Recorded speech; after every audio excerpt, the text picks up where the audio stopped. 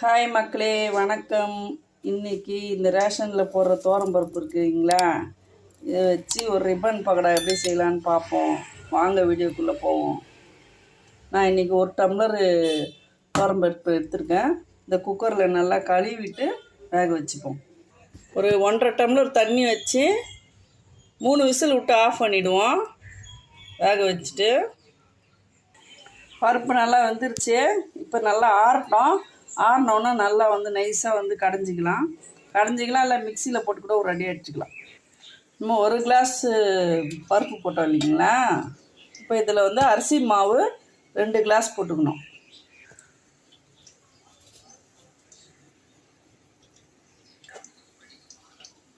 ரெண்டு கிளாஸ், ஒரு 5-6 பல் பூண்டு, ஒரு 5-6 காஞ்ச மிளகா, ஓமம், பெருங்காயம் தனியாக அதில் போட்டுக்கலாம். இது 3த்தையும் தண்ணியில் நல்லா ஊற வச்சிடணுங்க. 10 நிமிஷம் ஊற வச்சுட்டு நைஸாக பேஸ்ட் மாதிரி அரைக்கணும். அரைச்சிட்டு என்ன பண்ணலான்னு காட்டுறேன்.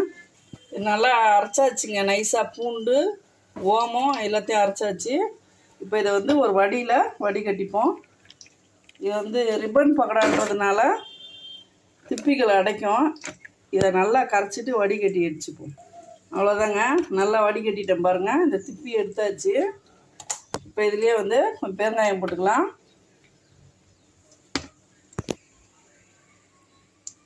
பெருங்காயம் போட்டாச்சு. உப்பு போட்டுக்கலாம். இந்த 2 டம்ளர் ஒரு 1/4 கிலோ மாவு இருக்கும். இந்த பருப்போடு சேர்த்து உப்பு கொஞ்சமாக போட்டு பார்த்துக்கிட்டு போகலாம். இதை நல்லா கரைச்சிப்போம். இந்த பருப்பு நல்லா ஆறிடுச்சிங்க. இதை நைஸாக அரைச்சிப்போம்.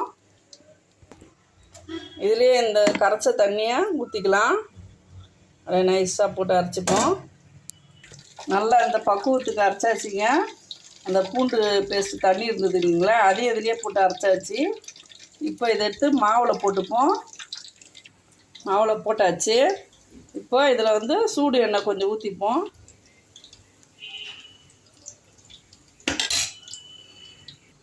இப்போ சூடு ஆறணுன்னு நல்லா போட்டு இதிலே பிசைஞ்சிக்கலாம். முறுக்கு மாவு பக்குவத்துக்கு கரெக்டாக வரும்.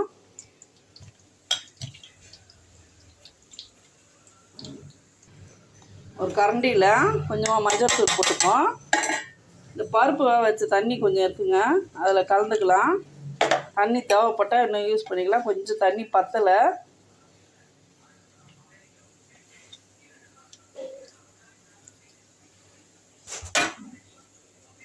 நல்லா பிசைஞ்சிக்கலாம். மாவு இந்த பக்குவத்தில் பிசைஞ்சிக்கணுங்க. நல்லா கொஞ்சமாக லேசாக எண்ணெய் ஊற்றிப்போம். இன்னும் கொஞ்சம் நெய் வேணாலும் விட்டுங்க, ஆனால் கொஞ்சமாக விட்டுங்க நெய். பாருங்க, இப்படி எடுத்தோம்னா உங்களுக்கு இருக்கணும். இப்போ பிழிஞ்சு பார்ப்போம். இது எள், சீரகம் இதெல்லாம் போட்டோம்னா அந்த ரிப்பன் பக்கோடா குழலில் அடைக்கும். அதனால் எல்லாத்தையும் அரைச்சி வடிகட்டி போட்டாச்சு. நீங்களும் அதே மாதிரி செய்யுங்க. நான் இதில் ரிப்பன் பக்கோடா பிளேடு எடுத்துருக்கேன் நான். பாருங்கள், உள்ளே லைட்டாக கொஞ்சம் எண்ணெய் அப்ளை பண்ணிப்போம். அதில் போட்டுக்கலாம். பிடிவோம். எண்ணெய் தீ ரொம்ப ஹையில் இருக்கக்கூடாது.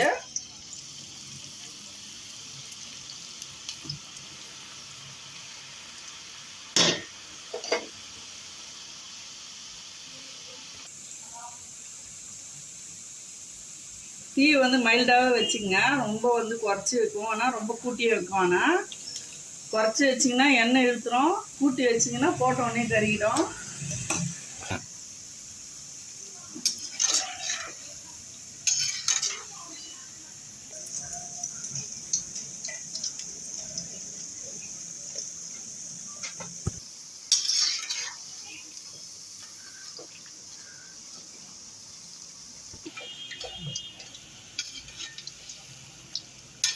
அவ்வளோதாங்க.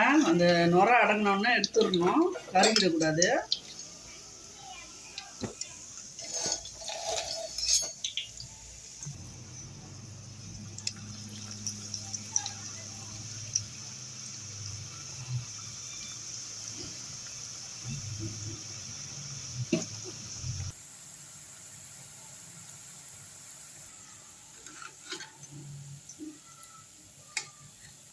கலரே போடலைங்க, இந்த மஞ்சத்தூள் தான் போட்டேன்.